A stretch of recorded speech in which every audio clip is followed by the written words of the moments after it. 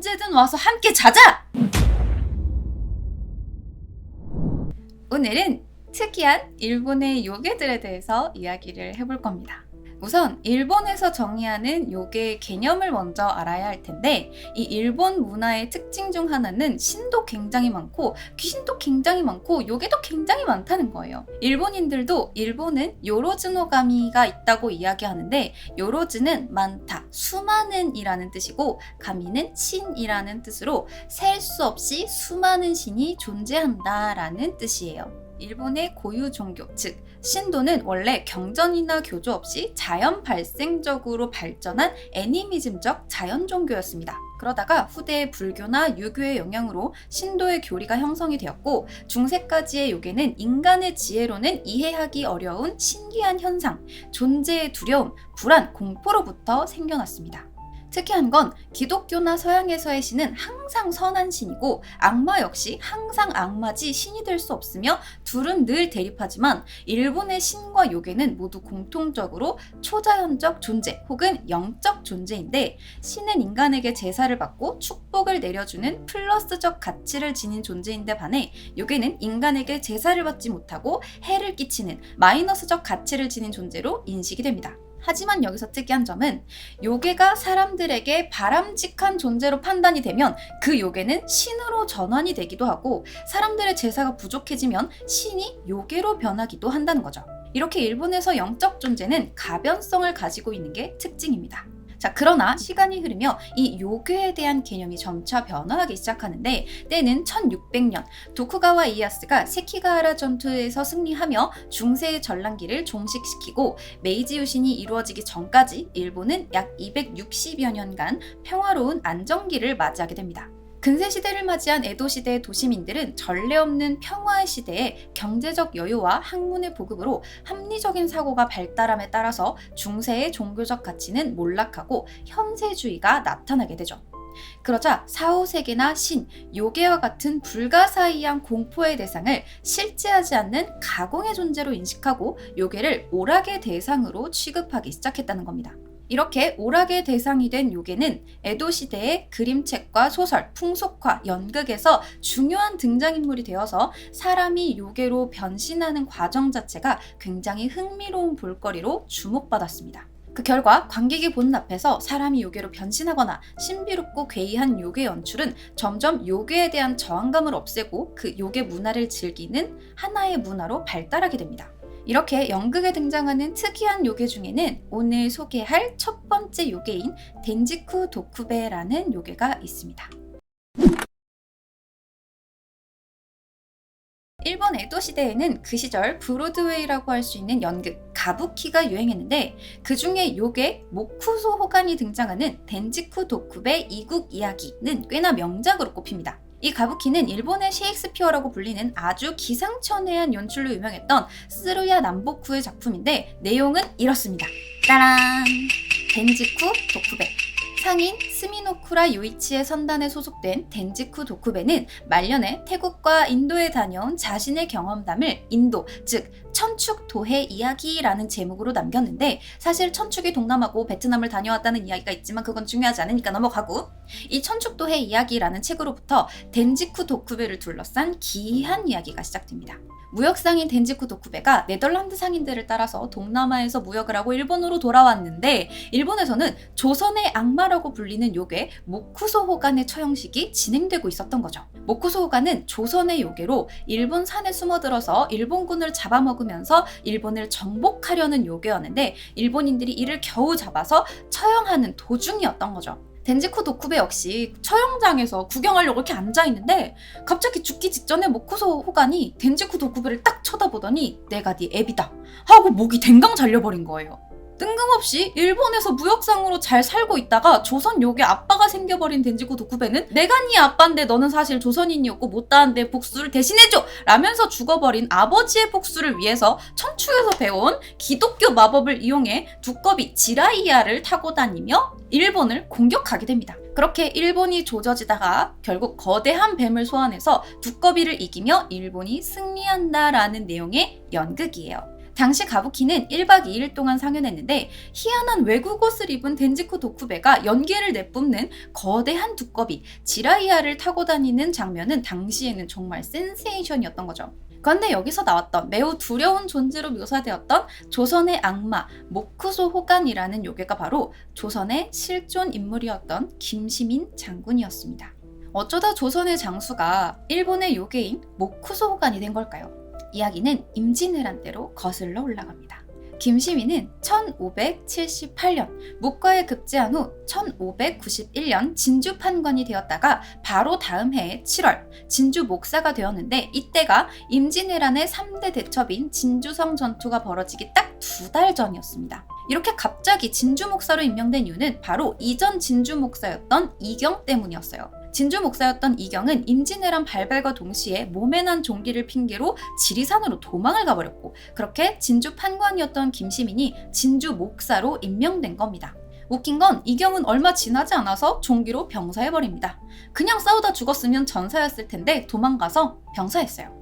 김시민은 취임하자마자 곧바로 화약 150여 근과 총통 70여 병을 만들고 정병을 뽑아 사용법을 연마하게 하는 등 병사들을 훈련시켰습니다. 그러나 취임한 지 2달 만에 전쟁이 터진 터라 훈련할 수 있는 기간도 너무 짧았고 1592년 10월 2일 왜군이 진주성 공략을 시작하자 병사들은 두려움에 도망을 치려 했으나 김시민은 장수들과 군민들을 넓은 곳에 모아놓고 싸워줄 것을 호소했습니다. 그렇게 고을 안에 사는 백성들은 남녀노소를 불문하고 전부 성으로 돌아와 싸웠고 이후 6일 동안 이어진 치열한 전투 끝에 왜군을 격퇴했죠. 조총으로 무장한 일본군 2, 3만 명에 비해서 진주성 방어에 나선 병사와 백성으로 이루어진 조선군은 약 3,800여 명 정도였는데 전투의 결과는 일본군 만여 명의 사상자를 내며 1차 진주성 전투는 조선군이 육지에서 대승한 정말 전례 없는 전투가 되었습니다. 열심히 싸웠더니 이겼다더라 같은 매우 쉬워 보이는 이 전투는 사실 김시민의 눈물 나는 노력이 있었습니다. 우선 이 일본군이 당시 후방인 진주성을 공격했던 이유에 대해서 먼저 알아야 되는데 이곳이 바로 곡창지대인 전라도로 향하는 길목이었기 때문이에요. 당시 일본군은 평양성을 점령하고 북상하고 있었는데 원래는 식량과 무기, 군수품을 바다를 통해서 공급받을 계획을 세웠는데 한산도 대첩에서 지면서 바닷길이 폐쇄돼서 해상보급로가 끊기자 곡창지대였던 전라도를 차지해서 식량과 군수품 등 물자를 확보하고 의병들이 진주를 거점으로 활발하게 활약을 하고 있었기 때문에 이 의병들을 제압하고 군수품을 확보하기 위해서 무조건 진주를 공략해야 하는 상황이었습니다. 그렇다면 이러한 일본군과 싸워서 조선이 승리할 수 있었던 이유는 뭐였을까요? 첫 번째로 진주성 자체가 꽤 점령하기 어려운 요새였어요. 남쪽에는 남강이 있고 서쪽에는 절벽이 있고 북쪽에는 호수를 연결한 해자가 있었기 때문에 사실상 동쪽만 잘 막으면 수성이 가능했고 당시 조선군의 주무기는 활, 총통을 비롯해서 비격진 천례 등이 있었는데 이 비격진 천례는 쇠공 모양 안에 쇠조각이랑 화약을 넣은 시한폭탄이에요. 그래서 훅 하고 던지면 일본군들이 뭐야 이게 뭐야 왜 쇠공을 보냈지? 하고 구경하고 있으면 이게 빵 하고 터지는 정말 수류탄 같은 무기였던 거죠. 하지만 이러한 무기들을 다 동원하더라도 일본군 2, 3만 명과 조선군 3,800명은 너무 큰 차이였고 이러한 상황에 빛을 발한 게 바로 김시민 장군의 전략이었습니다. 이 기가 막힌 전략은 바로 위장술이었는데 이 기록은 학봉집에 나와 있습니다. 성안의 노약자들과 여자들에게 모두 남자 옷을 입게 하여 군사의 위용을 웅장하게 하였다. 그렇습니다. 바로 김시민은 여자, 남자, 노약자 할 거 없이 전부 모아놓은 다음에 남장을 하라고 명령했고 당시 일본군의 기록에 따르면 진주성에는 약 2만 5천 명이 있었다라고 적고 있는 것으로 보아 이 전략은 매우 성공적이었죠. 하지만 김시민 장군의 전략은 여기서 끝나지 않습니다. 양측이 모두 긴장하고 있는 이 상황에 낮에는 꽹과리를 치고 밤에는 피리를 불면서 기선제압을 합니다. 굳이 피리를 분 이유는 우리가 이만큼 여유가 넘친다 라는 점을 어필했던 거고 다소 어이없어 보이는 전략이지만 꽤나 성공적으로 먹혔던 것으로 보입니다.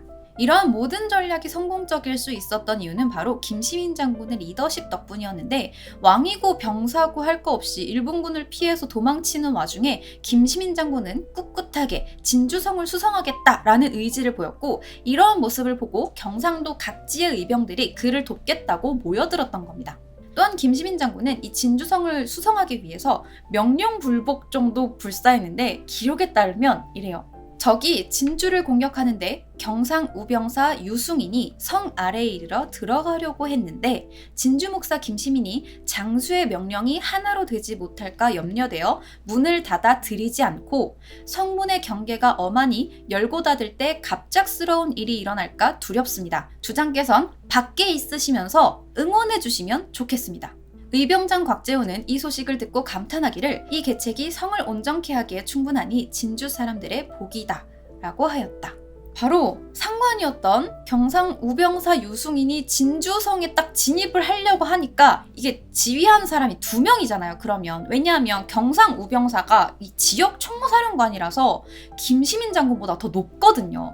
그러니까 김시민 장군대로 전술을 따라야 되는데 총사령관이 와버리면 지휘체계가 2개가 되잖아요. 그래서 이 지휘체계의 혼란을 우려해서 이걸 아예 거부를 한 거예요. 그냥 총사령관을 입국화 시켜버린 겁니다. 자, 이러한 모든 이유들이 모여서 김시민 장군은 약 3만에 달하는 일본군을 상대로 4천도 안 되는 전력으로 승리를 거두었던 거고, 당시 일본군은 엄청난 피해를 입어서 명과 강화 협상을 할 때도 진주에서 너무 많은 피해를 입어 철수할 수 없다라고 말할 정도였습니다. 만약에 이때 진주성이 뚫려서 전라도가 점령당했으면 곡창지대를 내주는 것과 더불어서 이순신의 수군 전력까지 위험에 빠졌을 겁니다. 자, 이러한 진주대첩은 이순신의 한산도 대첩, 권율의 행주 대첩과 더불어 임진왜란의 3대 대첩으로 꼽힐 만큼 임진왜란 전체를 통틀어서 손에 꼽힐 만큼 큰 영향을 끼친 전투예요. 다른 점이 있으면 한산도 대첩이랑 행주 대첩은 하루 동안 싸웠지만 진주 대첩은 무려 6일 동안 싸웠고, 전쟁 초기 육군 최강이라고 자부했던 일본군에게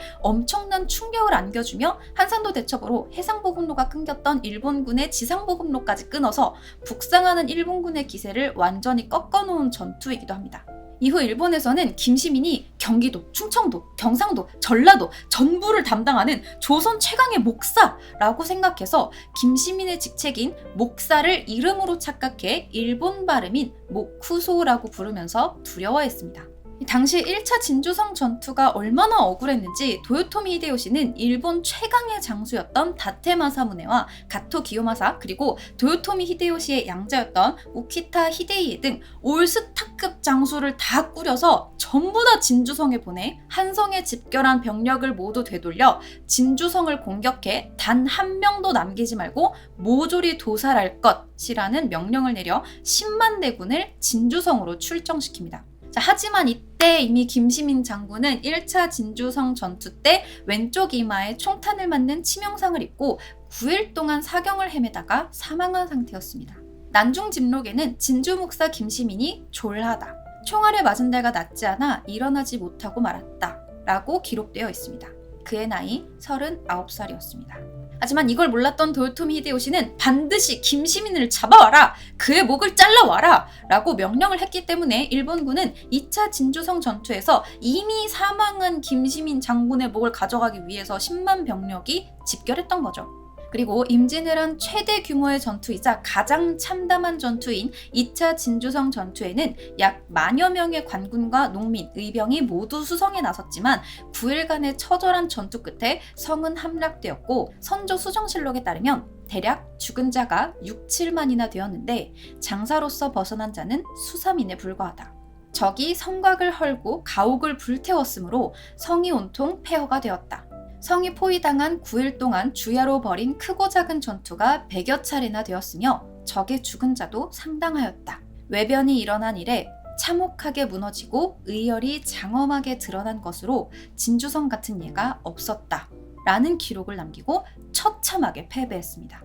김시민 장군이 없었던 것도 이유가 있었겠지만 당시 최강의 장수들 꾸려서 10만 병력을 이끌고 간 왜군은 병력으로 모든 걸 다 했어요. 해자를 파서 물을 빼고 흙을 퍼다가 해자를 다 메워서 아예 큰 길을 만들어 버렸고, 병력을 교대해가면서 밤낮 할 거 없이 전투를 벌입니다. 수적으로 밀린 조선군은 열심히 9일 동안 저항했으나 쉴 시간조차 없이 밤낮 할 거 없이 매일매일 싸웠으니까 어쩔 수 없이 지쳐갔기 때문에 이길 방법이 없었습니다. 승리한 일본군은 흡족하게 진주 목사의 목을 싹 베갖고 히데요시는 매우 만족했다라고 하는데 그건 목사 서예원의 목이라는 걸 몰랐겠지. 모쿠소가 목사니까 어쨌든 진주 목사의 목을 가져간 건 맞네요. 자, 하지만 김시민 장군이 나중에 사망했다라는 소식을 들었어도 직접 눈으로 확인한 게 아니잖아요. 그래서 내심 김시민 장군을 두려워하던 일본군은 사실 김시민 장군이 죽지 않고 일본으로 넘어와서 일본의 전복을 꿈꾸고 있는 건 아닐까? 라는 이야기를 만들어냈고 그렇게 요괴 모쿠소 호간과 덴지쿠 도쿠베 이야기가 등장하게 된 겁니다. 이 모쿠소 호간은 결국 전부 다 김시민 장군의 직책인데 모쿠소는 앞에 이야기했던 것처럼 목사의 일본 발음이고 호간은 판관의 일본 발음입니다. 그러니까 목사하면 김시민 장군이 가장 유명했기 때문에 조선의 목사 판관이라는 특이한 요괴가 탄생하게 된 거죠. 자, 그러면 이제 두 번째 요괴를 알아봅시다. 이번에는 조금 다른 의미로 독특한 요괴입니다. 자, 일본, 중국, 한국에 모두 유사하게 등장하는 요괴죠. 바로 구미호입니다. 보통 꼬리가 여러 개인 여우로 그려지죠. 여우 요괴는 한중일, 삼국에 모두 등장할 만큼 유명하고 역사가 깊은 요괴라 그런지 이야기거리가 정말 많은데 우선 중국에서는 은나라 주왕의 타락을 부추겨서 가혹한 세금을 부과하고 본인은 주지웅림을 하는 등 향락을 즐기게 해 폭정을 하게 만든 달기라는 인물이 사실 구미호가 변신한 모습이었다라고 생각하는데 이러한 여우 요괴 이미지가 일본으로 똑같이 넘어가게 됩니다. 그렇게 753년 17세의 와카모라는 아름다운 소녀로 변신해서 중국에서 일본으로 넘어온 여우 요괴는 이후 360여 년 뒤 헤이안 시대 자식이 없었던 사람의 양녀로 들어가서 다마무노 마에라는 이름으로 바꾸고 궁의 궁녀로 들어가 승은을 입게 되는데 왕이 얼마 지나지 않아 시름시름 앓게 됐다고 합니다. 그러자 궁에서는 음양사를 불러 점을 쳤는데 병의 원인이 여우 요괴가 둔갑한 다마무노 마에였다라는 것이 밝혀졌고 요괴는 사라졌다고 합니다. 다마무노 마에가 사라진 이후부터 갑자기 일본에서는 부녀자가 계속해서 실종되는 사건이 일어났고 음양사가 군사 10만 명과 함께 여우 요괴 토벌을 하러 나섰다고 해요. 요괴를 발견한 토벌군은 격렬한 1, 2차 전투 끝에 승리했는데 여우 요괴는 독을 뿜는 돌로 변해 가까이 다가오는 모든 생명체를 죽였다고 합니다. 때문에 사람들은 그 돌을 살생석이라고 부르며 두려워했고 이를 해결하기 위해 수많은 고승들이 왔으나 고승들도 독에 당해 쓰러졌고 훗날 한 법사에 의해 살생석이 파괴되었다고 합니다. 하지만 살생석 조각이 일본 각지에 뿌려져 사건 사고가 많이 나는 곳은 살생석 조각이 있는 곳이라고 생각했다라고 해요. 자, 그리고 살생석의 사적은 도치키현에 남아있다고 하는데 이처럼 일본에서는 중국과 유사하게 사람을 홀리는 요괴로 그려지며 나라를 망하게 하고 10만 군사와 싸워도 지지 않는 등 강력한 힘을 가진 존재로 묘사됩니다. 하지만 시간이 지나며 인간의 능력이 동물을 월등히 넘어섬에 따라 미신적 존재가 제거되며 더 이상 두려움의 대상이 아니라 인간 세계를 동경하거나 인간이 되기 위해서 악행을 저지르는 모습으로 그려지는데 대표적인 이야기가 바로 구즈노하 이야기입니다. 헤이안 시대 야베 야스나라는 사람이 숲에 갔다가 사냥꾼에 쫓기던 흰 여우를 구해줬는데 여우를 구해주는 과정에서 상처를 입게 되었다고 합니다. 그때 구즈노하라는 여인이 나타나서 야스나를 간호하고 집까지 데려다 주었다고 해요. 이후 간호를 위해 함께 생활하던 구즈노하와 야베 야스나는 서로 사랑하게 되었고 결혼해서 도지마루라는 아이를 낳게 됩니다. 그렇게 도지마루가 5살이 되었을 때 구즈노하의 정체가 사냥꾼에 쫓기던 흰 여우라는 사실이 밝혀지고 구즈노하는 사랑하신다면 저를 찾아오세요. 이즈미 시노다 숲에 원한 구즈노하 라는 글을 남기고 다시 숲으로 들어갔다고 합니다. 이후 숲에서 다시 만난 가족은 구즈노하에게 수정구슬과 황금 상자를 받고 헤어졌다라는 이야기인데 이렇게 여우 요괴지만 은혜를 갚기 위해서 인간으로 둔갑했다가 사랑에 빠지게 되고 자식을 낳고 끝내 가족과 헤어져야 하는 안타까운 존재로 그려집니다. 이들은 선함과 악함을 모두 지녔다고 하는데 특이한 건 선한 존재와 악한 존재의 이름이 다르다는 거예요. 자애롭고 현명한 여우는 젠코라고 불리며 가끔 승려의 모습으로 나타나 분쟁을 해결하기도 하고, 반대로 악하고 파괴적인 여우는 야코라고 불리며 물건을 훔치거나 명예를 실추시킨다고 합니다. 하지만 모두 동일하게 나이를 먹을수록 힘이 강해지며 날씨를 조절하거나 미래를 점치는 등의 재주를 부릴 수 있고, 그중 가장 최고의 능력은 바로 인간으로 변신하는 겁니다. 하지만 이게 매우 어려운 기술인지 가끔씩 완벽하게 변신하지 못해서 꼬리나 귀가 남아서 정체를 들키기도 하고, 물에 여우인 모습이 비치기도 한다고 하는데, 여우 구슬과 마찬가지로 호시노다마라는 구슬을 몸에 지니고 다닌다고 합니다. 또한 이런 여우 요괴들은 같은 단어를 반복해서 말하지 못하기 때문에 일본인들은 전화를 받을 때 전화 받는 상대가 여우가 아님을 확인하기 위해서 모시모시라고 전화를 받는다는 이야기도 있어요. 자, 그리고 이제 마지막 세 번째 요괴입니다.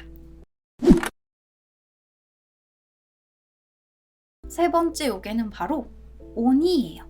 자, 오니라는 것은 무엇인가? 우선 오니라는 말은 헤이안 시대 초기 문헌에 나타나는데, 헤이안 시대의 소설인 다케토리 모노가타리는 오니 같은 것이 나와서 죽이려고 했다라는 문장이 있어요. 중국에서는 귀를 죽은 사람의 영이 혼이 되어 본래의 몸을 떠나 방황하는 모습이라고 생각하지만, 일본에서의 귀는 오니라고 발음하여 중국이나 한국에서의 귀와는 조금 다른 의미로 쓰고 있습니다. 우리나라도 귀하면 약간 귀신, 영혼 이런 거라고 생각하잖아요. 근데 일본은 다르다는 거죠. 고대 시가집인 만연집에는 귀를 모노라고 읽었는데, 이건 일본에서 마물 혹은 원래 등을 옛날에는 모노라고 읽은 것과 관련이 됩니다. 이러한 귀를 오니라고 읽은 건 헤이안 시대 이후부터인데, 헤이안 중기 한자 사전인 화명초에 보면 오니라는 말은 모습을 감춘다라는 뜻의 한자어 은에서 비롯되었다라는 설이 있는데, 이 은의 옛 발음인 온의 끝에 이가 붙어서 오니가 되었다는 이야기예요. 즉 오니라는 말은 사람의 눈에 보이지 않게 숨어 있다라는 뜻인 오니레타모노에서부터 탄생한 어휘라고 추측됩니다. 자, 이러한 오니는 한국이나 중국과는 다르게 악하고 불길한 부정적인 존재로만 그려지는데, 일본에서 입춘 전날 한 해의 복을 비는 봄맞이 행사인 세스분에는 마메마키라는 집 안팎에 콩을 뿌리면서 복을 비는 행사를 진행하는데, 이때 복은 안으로 오니는 밖으로 라고 외친다고 해요. 이렇게 오니는 항상 밖으로 추방해야 할 존재, 불행 등을 뜻하며 속담에서도 비슷하게 언급됩니다. 오니가 등장하는 재미있는 속담이 있는데, 첫 번째는 시누이와 며느리의 갈등을 표현한 시누이 하나는 1000마리의 오니와 싸우기 라는 말도 있고, 아무리 못생긴 여자여도 시집 갈 때가 되면 아름다워 보인다 라는 뜻인 오니도 18살에는 예쁘고 싸구려 차도 갓 우려낸 차는 맛있다 또 있고요. 그리고 길조인지 흉조인지 모를 때는 선악으로 극명하게 대조되는 존재인 오니가 나올까 부처님이 나올까 등으로 쓰입니다. 자, 이러한 악한 존재인 오니에는 굉장히 여러 유형이 있는데, 첫 번째는 사람을 잡아먹는 오니예요. 가마쿠라 시대의 불교에는 나쁜 짓을 하면 지옥에 떨어져서 무서운 벌을 받게 되지만, 부처님의 가르침을 지키면 괜찮다라고 하여 서민층으로 신자를 늘려가는데, 그때 두루마리 그림으로 많이 그려졌다고 합니다. 거기에는 염라대왕의 명에 따라 죽은 자들을 고문하는 무서운 오니가 그려져 있죠. 이러한 오니 중에 유명한 오니로는 라쇼몽의 오니가 있습니다. 일본에서 아주 유명한 요괴퇴치 설화의 주인공으로 등장하는 와타나베 츠나라고 불리는 사람이 주인공인데, 이 사람이 일본에서 엄청 유명한 사천왕이에요. 요괴퇴치 설화에 빠지지 않고 등장하는 인물인데, 이 라이코라는 이름으로 더 유명한 무장 미나모토노 요리미츠를 따르는 4명의 가신 중 한 명입니다. 그런데 이 라이코라는 무장이 사천왕을 모아다가 연회를 열고 있는데, 그때 마침 라쇼몽의 이바라키도지라는 오니가 산다는 이야기가 화조로 올라옵니다. 그러자 와타나베 츠나가 자신이 그 사실을 확인해보겠다라며 마치 담력 시험을 떠나듯 라쇼몽으로 떠나는데, 이 라쇼몽이라는 건 나생문이라는 거예요. 나생문은 헤이안 시대의 수도 헤이안쿄의 남쪽에 세워졌던 도성의 정문으로 나성에 있는 문이라는 의미예요. 그런데 이 수도에 있는 2층짜리 큰 정문이 헤이안 시대에 태풍에 의해 부서지고 사람들의 발길이 끊기고 전란이나 재해로 인해 죽은 시체를 가져다 버리는 곳이 되면서 도둑이나 범죄자들이 숨어들기 시작하며 어느새 이곳에 오니가 나타난다라는 소문이 돌기 시작하고 아예 오니의 서식지로 이미지가 굳어졌던 것 같아요. 아무튼 이 라쇼몽으로 간 와타나베 츠나가 왔다 갔다 라는 인증을 위해서 표식을 뽑아서 돌아가려는 찰나 어떤 아름다운 여인이 나타나서 집에 어떻게 가지? 하면서 곤란해하고 있는 걸 발견한 거예요. 그래서 다시요! 내가 데려다 주겠어! 하고 말에 태웠는데 이 여인이 말에 타자마자 투구를 확 잡아당겨서 츠나를 죽이려고 했다고 합니다. 그러자 와타나베 츠나는 곧바로 칼을 뽑아서 여인의 팔을 탁 잘랐는데 여인이 오니로 변하더니 팔은 다음에 꼭 찾으러 가겠다! 라면서 사라졌고 그렇게 츠나가 오니의 팔을 들고 위풍당당하게 돌아오자 당대 유명한 음향사였던 세이메이가 오니가 팔을 다시 찾으러 온다고 했으니 집에 부적을 붙여놓은 뒤 절대 외출하지 말고 다른 사람을 들여보내지도 말아라! 라고 신신당부합니다. 그런데 와타나베 츠나가 집에 홀로 있은 지 얼마 되지 않아서 이 소식을 어디서 듣고 왔는지 큰어머니가 찾아온 거예요. 그래서 어머, 네가 그 오니팔을 잘랐다며 나도 그거 한 번만 구경해 볼 수 있을까? 라면서 부탁했는데 츠나는 이를 당연히 거절합니다. 그러자 이 큰어머니가 문 밖에서 며칠 동안 내가 너를 어버 키웠는데 네가 어떻게 나한테 이럴 수가 있니? 네가 지금 문전박대를 하는 게 나한테 하는 보답이니? 아이고 동네 사람들 나 너무 서럽네 라면서 신세한탄을 하기 시작했고 마음이 약해진 츠나가 7일 만에 오늘이 마지막이니까 오늘은 괜찮겠지? 라고 생각해서 문을 열어주었다고 합니다. 그러자 큰어머니가 순식간에 오니로 변하더니 자신의 팔을 들고 사라졌다고 해요. 이 라쇼몽의 오니는 꽤나 유명해서 여러분들도 많이 접해보셨을 거예요. 바로 화투 중에 비쌍피를 보면 빨간색 배경이 있고 까만색 네모가 이렇게 있어요. 그리고 뒤에 뭔가 화려하게 그려진 걸 볼 수 있는데 이 까만색 네모가 바로 나생문인 라쇼몽이며 뒷부분에는 도깨비의 팔이 그려진 걸 볼 수 있습니다. 두 번째는 불법을 수호하는 신으로서의 오니입니다. 오니 중에는 불교를 수호하는 신의 하나로서 인정되는 것들이 있는데 때문에 일본 절에는 오니 기와나 탑에 대 모퉁이를 지키는 오니 등 불법을 수호하는 신으로서의 오니도 보여요. 우리나라에서도 사천왕처럼 무서운 도깨비 같은 게 지키기도 하잖아요. 그런 게 그 불법을 지키는 오니라고 합니다. 자, 세 번째는 사람이 변해서 되는 오니예요. 노예 가면에 한야맨이라는 게 있는데 이것은 여자가 심한 질투심으로 인해서 여자 오니로 변신하려고 할 때의 얼굴이라고 합니다. 또 나그네를 잡아먹는 오니 할멈이라는 되게 유명한 전설이 있는데 이 이야기는 아다치 가하라의 오니온나 이야기예요. 어떤 한 귀족 딸을 모시고 있던 유모 이와테는 병에 걸린 아가씨를 구하기 위해서 임신한 여성의 싱싱한 간이 필요하다라는 이야기를 듣게 됩니다. 그렇게 이와테는 아가씨를 살릴 임산부의 생간을 찾아서 여행을 떠나게 되는데 이다치 가하라의 한 외딴 집에 살면서 임신한 여행객을 기다리게 돼요. 그러다가 여행 중이던 어떤 한 젊은 부부가 찾아오게 되는데 부인이 마침 임신 중이었고 이와테의 집에 온 날 산기를 느껴서 굉장히 괴로워하기 시작했다고 합니다. 그래서 이때다 싶었던 이와테는 자신이 아내를 봐줄 테니까 남편은 어서 마을에 내려가서 도와줄 사람을 불러와라 라면서 남편을 내보내요. 이후 남편이 허겁지겁 마을로 떠나자 이와테는 임산부의 배를 갈라서 생간을 꺼내는데 이때 이 임산부가 자신의 딸이었다라는 사실을 알게 되고 자신의 죄를 깨달으며 경악해 오니온나가 되었고 이후에도 이다치 가하라의 외딴 집에 살면서 여행자 고기를 먹는 오니온나가 되었는데 결국 한 여행승에 의해 굴복당한다라는 이야기예요.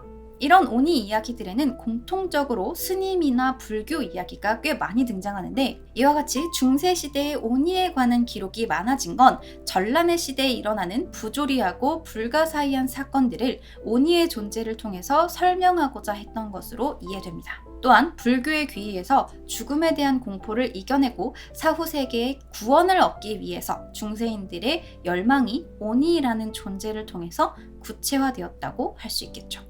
자, 아무튼 오늘은 이렇게 일본의 특이한 요괴들에 대해서 알아봤는데 재밌었나요? 자, 그럼 오늘 컨텐츠는 여기까지. 일본 요괴들은 일본에서는 키츠네라고 불리는데 이렇게 불리게 된 데에는 한 가지 전설이 전해져 내려옵니다. 옛날 미노 지방에 사는 오오노라는 마을의 남자가 예쁜 여자랑 결혼하기 위해서 길을 떠났다고 해요. 그러다가 우연히 이상형인 아주 예쁜 여자를 만나서 집으로 데려와 결혼을 하게 되었고 아들까지 낳았는데 그날 마침 그 집에서 키우는 개도 같은 날 새끼를 낳았다고 합니다. 그런데 이 개는 늘 주인 여자만 보면 이를 드러내면서 지저댔고 이에 여자는 남편에게 그 개를 죽여달라고 하지만 남편은 개가 너무 귀여워서 죽일 수가 없었다고 해요. 그러던 어느 날 집에서 방아 일을 하는 여자들을 불러서 쌀을 찢게 됐는데 이 여자들에게 간식을 주고자 방앗간에 잠깐 들렸는데 그 어미개가 여자를 보고 물려고 막 쫓아오면서 지저댔다고 합니다. 그러자 그 여자는 깜짝 놀라서 갑자기 여우로 변해 도망쳤고 천정에 달린 회에 올라가 앉았다고 합니다. 이 모습을 보고 있던 남자는 여우에게 당신과 나 사이에는 아이까지 있는 사이니 나는 당신을 절대로 잊지 않을 것이다. 언제든 와서 함께 자자! 라고 말을 했다고 합니다. 와서 함께 자자! 라는 말이 일본어로 키츠네였고 이때부터 여우 요괴를 키츠네라고 불렀다고 해요. 그래서 요즘 유행하는 의류 브랜드인 메종 키츠네의 마스코트가 바로 여우입니다. 요괴가 아닌 경우에 여우는 이나리 대명신의 심부름꾼으로 음식이나 곡식에 복신으로서 친근감 있는 동물로 표현되기도 한다고 해요. 과거 일본인들은 여우를 통하지 않으면 신령과 접할 수 없다라고 생각해 여우를 귀하게 모시게 됐는데 이러한 신앙과 관련해서 마네키 키츠네가 나오게 됩니다. 지금은 우리에게 마네키네코로 유명한 그 고양이 장식물 있죠. 이 손님이나 돈을 부르는 의미로 가게 앞이나 계산대 앞에 두는데 이 마네키네코가 원래는 고양이가 아니라 여우였다라는 이야기도 있어요. 이나리 씨는 사업을 번창시키는 신으로도 알려져 있어서 사업이 잘 되기를 바라면서 여우 모양의 인형을 가게 앞에다 갖다 두는 게 유행이었는데 감히 서민이 신성한 여우 인형을 만드는 일을 정부가 금지하기 시작하면서 경영위기에 빠진 인형업자가 굶어 죽을 수는 없으니 그때부터 여우를 대신해서 고양이를 만들어 그때부터 마네키 키츠네가 아니라 마네키 네코가 되었는데 아직도 교토 등지에서는 마네키 네코가 아니라 마네키 키츠네를 흔하게 볼 수 있다고 합니다.